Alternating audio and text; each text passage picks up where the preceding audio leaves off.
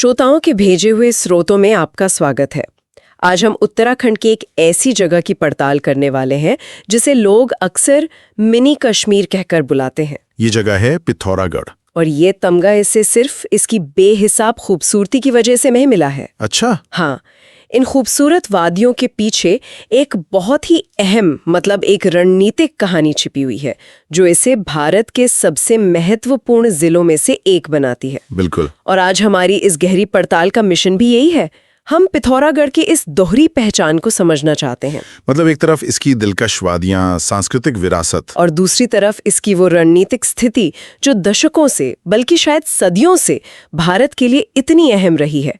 तो सवाल ये है कि इस मिनी कश्मीर को सिर्फ एक खूबसूरत तस्वीर से ज्यादा क्या बनाता है? देखिए, इसका जवाब इसके इतिहास में है, इसके भूगोल में और यहाँ के लोगों की कहानियों में छिपा है। और इन स्रोतों में कुछ बहुत दिलचस्प बातें हैं जो परत दर परत इस जगह के राज खोलती हैं। तो चलिए शुरू करते हैं। मुझे एक बात ने शुरू में ही बहुत आकर्षित की। पिथौरागढ़ का एक पुराना नाम सोर घाटी भी था। हाँ, सोर घाटी, जिसका मतलब है सरोवरों की घाटी। ये नाम सुनकर तो लगता है कि यहाँ कभी बहुत सारी झीलें रही होंगी। स्रोतों में इसका कोई जिक्र है कि उन झीलों का क्या हुआ? ये एक बेहतरीन सवाल है। देखिए, स्रोतों में इस पर कोई सीधी जानकारी तो नहीं है, लेकिन भूवैज्ञानिक ये मानते हैं कि शायद हजारों साल पहले यहाँ सच में कई झीलें रही होंगी। अच्छा। हाँ, जो वक्त के साथ या तो सूख गईं या फिर नदियों ने अपना रास्ता बना लिया। लेकिन ये नाम हमें उस दौर की कल्पना करने पर मजबूर जरूर करता है। बिल्कुल। और इसी भूगोल से जुड़ा है इसका सामरिक महत्व। आप देखिए, इसकी उत्तरी और पूर्वी सीमाएं सीधी तिब्बत और नेपाल से मिलती हैं। और काली नदी? हाँ, काली नदी, जिसे नेपाल में महाकाली भी कहते हैं, वो एक तरह से भारत और नेपाल के बीच एक नेचुरल इंटरनेशनल बॉर्डर खींचती है। यानी खूबसूरती के साथ साथ एक संवेदनशीलता भी है। इतिहास की बात करें तो इन दस्तावेजों में एक तारीख बार बार आती है, 24 फरवरी 1960। बिल्कुल, जब इस जिले का गठन हुआ। हाँ, अल्मोड़ा से अलग करके। लेकिन दिलचस्प बात यह है कि इसी साल 2 और सीमावर्ती जिलों चमोली और उत्तरकाशी का भी गठन हुआ था। ये तीनों जिले चीन तिब्बत के साथ सीमा साझा करते हैं। क्या ये महज एक इत्तेफाक था? नहीं, ये इत्तेफाक बिल्कुल नहीं था। हमें 1960 के दौर को समझना होगा। उस समय के हालात? हाँ, 1959 में तिब्बत में एक बड़ा विद्रोह हुआ था, जिसके बाद दलाई लामा को भारत में शरण लेनी पड़ी। चीन के साथ सीमा पर तनाव वो तेजी से बढ़ रहा था, जो बाद में 1962 के युद्ध में बदल गया। बिल्कुल। तो इन 3 जिलों का एक साथ गठन असल में सीमा पर प्रशासनिक और सैन्य पकड़ मजबूत करने की एक सोची समझी रणनीति थी। ये दिखाता है कि पिथौरागढ़ की अहमियत आज ही नहीं बल्कि दशकों से भारत की राष्ट्रीय सुरक्षा के लिए कितनी ज्यादा रही है। ये तो एक बहुत बड़ा पहलू है जो अक्सर पर्यटन की बातों में छिप जाता है। अच्छा, इसके नाम को लेकर भी 2 अलग अलग कहानियां हैं। हाँ हैं। एक कहती है कि इसका नाम दिल्ली के शासक पृथ्वीराज चौहान, जिन्हें राय पिथौरा भी कहते थे, उनके नाम पर पड़ा। दूसरी मानती है कि चंद वंश के एक सामंत पीरू गुसाई ने इसकी स्थापना की थी। हाँ, और दोनों ही कहानियां इस जगह के ऐतिहासिक महत्व को दिखाती हैं, है ना? अगर राय पिथौरा वाली बात सच है तो ये दिल्ली के चौहान साम्राज्य के प्रभाव को इन पहाड़ों तक दिखाता है। और पीरू गुसाई वाली कहानी वो हमें कुमाऊं पर लंबे समय तक राज करने वाले चंद वंश से जोड़ती है, जिनका एक अहम गढ़ हुआ करता था। उन्होंने यहाँ एक किला भी बनवाया था जो आज भी मौजूद है। मैंने पढ़ा कि उस किले का नाम सिमलगढ़ का किला था, जिसे गुरखाओं ने बनवाया था। लेकिन आज इसे किसी और ही नाम से जाना जाता है। हाँ, और वो नाम सुनकर कोई भी चौंक जाएगा। जब अंग्रेज यहाँ आए तो उन्होंने अपनी हुकूमत की छाप छोड़ने की कोशिश की होगी। बिल्कुल, उन्होंने इसी किले का नाम बदलकर लंदन फोर्ट रख दिया। लंदन फोर्ट पिथौरागढ़ में? हाँ, सोचिए, कोई टूरिस्ट लंदन फोर्ट ढूंढता हुआ पिथौरागढ़ पहुंच जाए। ये दिखाता है कि कैसे हर नई सत्ता अपनी पहचान पुरानी निशानियों पर थोपने की कोशिश करती है। आज इस किले में तहसील कार्यालय है। तो ये तो हुई इंसानी हुकूमतों की बनाई निशानियां, लेकिन इस इलाके की असली पहचान तो इसकी कुदरत और आस्था से है। मिसाल के तौर पर मुनस्यारी को ही लीजिए। मुनस्यारी, जिसे जोहार क्षेत्र का प्रवेश द्वार कहा जाता है। हाँ, मुनस्यारी सिर्फ बर्फ से ढके पहाड़ों का नजारा देने वाली जगह नहीं है। इसका पुराना नाम टिक्सीन था, जिसका मतलब होता है बर्फीली जगह। अच्छा, टिक्सेन। हाँ, ये वो जगह है जहां से तिब्बत के लिए पुराने व्यापारिक रास्ते गुजरते थे, और आज ये इनोवेशन का भी केंद्र बन रहा है। इनोवेशन? वो कैसे? भारत का पहला कवक पार्क यानी लाइकन पार्क यहीं विकसित किया गया है। ये छोटी सी दिखने वाली लाइकन ये हिमालय के इकोसिस्टम के लिए बहुत जरूरी है और प्रदूषण का सबसे अच्छा संकेतक होती है। कमाल है। और यहीं पर पंडित नैन सिंह रावत के नाम पर एक पर्वतारोहण संस्थान भी है। हम उनके बारे में बाद में और बात करेंगे, लेकिन ये दिखाता है कि यहाँ एडवेंचर सिर्फ शौक नहीं बल्कि संस्कृति का हिस्सा है। बिल्कुल। और जहाँ प्रकृति है वहाँ आस्था भी है। गंगोली हाट में पाताल भुवनेश्वर गुफा मंदिर। हाँ, मैंने इसके बारे में पढ़ा है। ये तो एक अद्भुत जगह है। अद्भुत से भी बढ़कर, ये कोई आम मंदिर नहीं बल्कि जमीन के नीचे कई गुफाओं का एक जाल है। ऐसा लगता है मानो आप पृथ्वी के गर्भ में उतर गए हों। कहा जाता है कि इसकी खोज आदि गुरु शंकराचार्य ने की थी। क्या ये सच है? मान्यता तो यही है। माना जाता है कि उन्होंने ही इस पवित्र स्थान को फिर से दुनिया के सामने रखा। और गंगोली हाट में ही एक और बहुत प्रसिद्ध हाट काले का मंदिर है, और उसकी भी एक दिलचस्प कहानी है ना? हाँ, बहुत दिलचस्प। भारतीय सेना की कुमाऊं रेजिमेंट इस देवी को अपनी रक्षक मानती है। जब भी सैनिक युद्ध पर जाते हैं तो यहाँ विशेष पूजा की जाती है। ये आस्था और शौर्य का एक बहुत गहरा रिश्ता दिखाता है। वाकई ये एक अलग ही पहलू है। इन बड़े मंदिरों के अलावा स्रोतों में कुछ और छोटे लेकिन अनोखे मंदिरों का जिक्र भी है, जैसे नाग देवता को समर्पित बेरी नाग मंदिर, या डीडी हाट के पास मढ़ का सूर्य मंदिर, और 9वीं शताब्दी का कोटली का विष्णु मंदिर भी है। ये सभी मंदिर बताते हैं कि ये इलाका सिर्फ शैव परंपरा का ही नहीं बल्कि वैष्णव, शाक्त और सूर्य उपासना जैसी कई प्राचीन धार्मिक धाराओं का संगम रहा है। मतलब यहाँ की संस्कृति किसी एक रंग की नहीं बल्कि कई रंगों से मिलकर बनी है। बिल्कुल। और ये रंग सबसे ज्यादा दिखते हैं यहाँ के मेलों में, जैसे जौलजीबी मेला, जो काली और गोरी नदी के संगम पर लगता है। हाँ, ये मेला सिर्फ एक बाजार नहीं है। इसकी शुरुआत 1914 में गजेंद्र बहादुर ने की थी। ये उस जगह लगता है जहां भारत और नेपाल की सीमा मिलती है। तो इसका मतलब ये एक तरह का कल्चरल एक्सचेंज पॉइंट भी हुआ। सही कहा। सदियों से इस मेले में नेपाल और भारत के लोग सामान का आदान प्रदान करते आए हैं।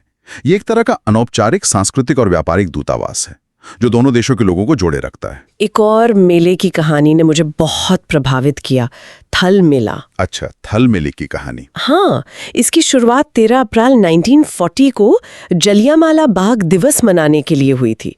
ये बात हैरान करती है और गर्व भी महसूस कराती है।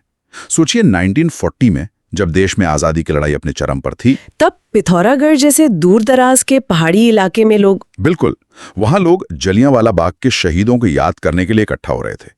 ये इस धारणा को तोड़ता है कि स्वतंत्रता संग्राम सिर्फ बड़े शहरों तक सीमित था। राष्ट्रवाद की भावना इन पहाड़ों की रगों में भी दौड़ रही थी। ये इतिहास और संस्कृति का एक जीता जागता संगम है। बिल्कुल। और इन सब से ऊपर है विश्व प्रसिद्ध कैलाश मानसरोवर यात्रा। हाँ, जो पिथौरागढ़ के लिपुलेख दर्रे से होकर गुजरती है। और इसी यात्रा की वजह से पिथौरागढ़ का नाम दुनिया भर के धार्मिक टूरिस्ट मैप पर आता है। हाँ, पर यह यात्रा सिर्फ एक धार्मिक यात्रा नहीं है, ये एक भू राजनीतिक गलियारा भी है। लिपुलेख दर्रे पर भारत, नेपाल और चीन तीनों देशों की नजरें रहती हैं। तो ये आस्था का मार्ग होने के साथ साथ एक बेहद संवेदनशील रणनीतिक रास्ता भी है। बिल्कुल सही। इन बड़े आयोजनों के अलावा यहाँ की एक स्थानीय परंपरा का भी जिक्र है, हिल जात्रा। ये क्या है? हिल जात्रा सोर घाटी का एक बहुत ही अनोखा लोक उत्सव है। ये मुख्य रूप से खेतीबाड़ी से जुड़ा है और इसमें मुखौटे पहनकर मतलब स्वांग रचा जाता है। और इसका मुख्य आकर्षण? इसका सबसे बड़ा आकर्षण लखिया भूत नाम का एक पात्र होता है जिसे भगवान शिव का गण माना जाता है और जो सबको आशीर्वाद देता है। ये उत्सव दिखाता है कि यहाँ के लोग अपनी जमीन, अपनी फसलों और अपनी लोक परंपराओं से कितने गहरे जुड़े हुए हैं। कैलाश मानसरोवर यात्रा की बात से मुझे यहाँ के भूगोल, खासकर यहाँ के दर्रों पर और बात करने का मन कर रहा है। आपने काली नदी का जिक्र किया था। हाँ, काली नदी, वो तो इस पूरे क्षेत्र की जीवन रेखा और पहचान है। ये लिपुलेख के पास काला पानी नाम की जगह से निकलती है और आगे चलकर शारदा के नाम से जानी जाती है। लेकिन ये अकेली नहीं है। नहीं, बिल्कुल नहीं। इसकी कई बड़ी सहायक नदियां हैं, जैसे गोवन खाना, हिमनद से निकलने वाली पूर्वी धौली गंगा और प्रसिद्ध मिलम ग्लेशियर से निकलने वाली गोरी गंगा। इन नदियों ने हजारों सालों में इन घाटियों को तराशा है। ये पूरा नदी तंत्र इस इलाके की रगों में बहते खून की तरह है। और इन घाटियों को आपस में और बाहरी दुनिया से जोड़ते हैं यहाँ के दर्रे। स्रोतों में एक ट्रेल पास का जिक्र है। ट्रेल पास की कहानी भी बड़ी दिलचस्प है। ये पिथौरागढ़ और बागेश्वर जिलों को जोड़ता है। और इसकी खोज 1830 में कुमाऊं के दूसरे कमिश्नर विलियम ट्रेल ने इस रास्ते को खोजा था। उस जमाने में बिना किसी आधुनिक उपकरण के 17,000 फीट से ज्यादा ऊंचाई पर एक नया रास्ता खोजना, आप सोचिए कितनी बड़ी उपलब्धि थी। तो ये दर्रे सिर्फ रास्ते नहीं बल्कि इंसानी हिम्मत और खोज की कहानियां हैं। सही कहा। सिनला दर्रा जो दारमा और व्यास घाटियों को जोड़ता है, और लिपुलेख, लंपियाधुरा जैसे दर्रे, इनका क्या महत्व रहा है? सदियों तक ये दर्रे ही इस क्षेत्र के लिए दुनिया थे। इन्हीं रास्तों से तिब्बत के साथ ऊन, नमक और जड़ी बूटियों का व्यापार होता था। अच्छा। इन्हीं रास्तों से तीर्थयात्री कैलाश मानसरोवर जाते थे और इन्हीं रास्तों पर हमेशा शासकों की नजर रही है। आज व्यापार भले ही बंद हो गया हो, लेकिन सामरिक रूप से ये दर्रे पहले से कहीं ज्यादा महत्वपूर्ण हो गए हैं। तो इस मुश्किल भूगोल ने यकीनन यहाँ के लोगों को भी बहुत खास बनाया होगा। जब हम यहाँ की मशहूर हस्तियों को देखते हैं तो एक पैटर्न नजर आता है। आप बिल्कुल सही कह रही हैं। यहाँ की मिट्टी ने कुछ असाधारण लोगों को जन्म दिया है, और जैसा आपने कहा, उनमें एक पैटर्न है जबरदस्त शारीरिक और मानसिक सहनशक्ति का। सबसे पहला नाम तो पंडित नैन सिंह रावत का ही आता है। हाँ बिल्कुल। 19वीं सदी में जब तिब्बत दुनिया के लिए एक पहेली था, तब उन्होंने एक सामान्य यात्री के भेष में पैदल चलकर पूरे तिब्बत का नक्शा तैयार किया। ये तो अविश्वसनीय लगता है। और उन्होंने ये कैसे किया, वो और भी कमाल है। उन्होंने अपनी प्रार्थना की माला से कदम गिने और कंपास को अपनी प्रार्थना चक्र में छुपाकर रखा। वो सिर्फ एक सर्वेक्षक नहीं, बल्कि एक जासूस और एक महान खोजी थे। ब्रिटिश सरकार ने उन्हें कंपेनियन ऑफ इंडियन एम्पायर की उपाधि दी थी, जो उस जमाने में किसी भारतीय के लिए बहुत बड़ी बात थी। बहुत बड़ी बात। और ये सिलसिला आज भी जारी है। पर्वतारोहण में चंद्रप्रभा एतवाल, जिन्हें माउंटेन गोट के नाम से जाना जाता है। हाँ, उन्हें अर्जुन पुरस्कार और पद्मश्री दोनों मिले हैं। और खेलों में Trilok Singh Baseda, iron wall of India. बिल्कुल, वो 1960s के दशक में भारतीय फुटबॉल टीम के डिफेंडर थे। और हंसा मनराल, जो भारत की पहली महिला भारोत्तोलन वेटलिफ्टिंग कोच बनी, जिन्हें द्रोणाचार्य अवार्ड मिला। तो सर्वेक्षक, पर्वतारोही, फुटबॉलर, कोच, इन सभी के काम में शारीरिक दमखम, सहनशीलता और मुश्किल हालात में टिके रहने की क्षमता की जरूरत होती है। ऐसा लगता है कि इन पहाड़ों की चुनौती ने ही इन लोगों को फौलाद का बनाया है। तो आज की इस पूरी पड़ताल से जो तस्वीर उभरती है, वो मिनी कश्मीर के लेबल से कहीं ज्यादा गहरी और जटिल है। हाँ, ये सिर्फ पहाड़ों और खूबसूरत घाटियों का एक संग्रह नहीं है। नहीं, ये इतिहास, रणनीति, संस्कृति और प्रकृति का एक जीता जागता संगम है। यहाँ का हर दर्रा, हर नदी, हर मंदिर और हर मेला वो एक कहानी कहता है। ये वो जगह है जहाँ एक तरफ हाट कालिका में सेना के जवानों की आस्था बसती है, तो दूसरी तरफ लिपुलेख दर्रे पर देश की सुरक्षा की जिम्मेदारी टिकी है। बिल्कुल। स्रोतों की इस गहरी पड़ताल के बाद श्रोताओं के लिए एक विचार छोड़ते हैं। जरूर। पिथौरागढ़ जैसे सीमावर्ती क्षेत्र, जो सदियों से अलग अलग संस्कृतियों के मिलन बिंदु रहे हैं, जहां व्यापार और तीर्थयात्रा के पुराने रास्ते गुजरते थे, आज जब आधुनिक विकास, सड़कें और डिजिटल कनेक्टिविटी वहां पहुंच रही है और साथ ही सामरिक तनाव भी बढ़ रहा है, तो ऐसे में ये क्षेत्र अपनी उस अनूठी सांस्कृतिक पहचान को कैसे बचाकर रख सकते हैं? क्या विकास और परंपरा के बीच संतुलन साधना संभव है? इसी पर सोचने जैसा है।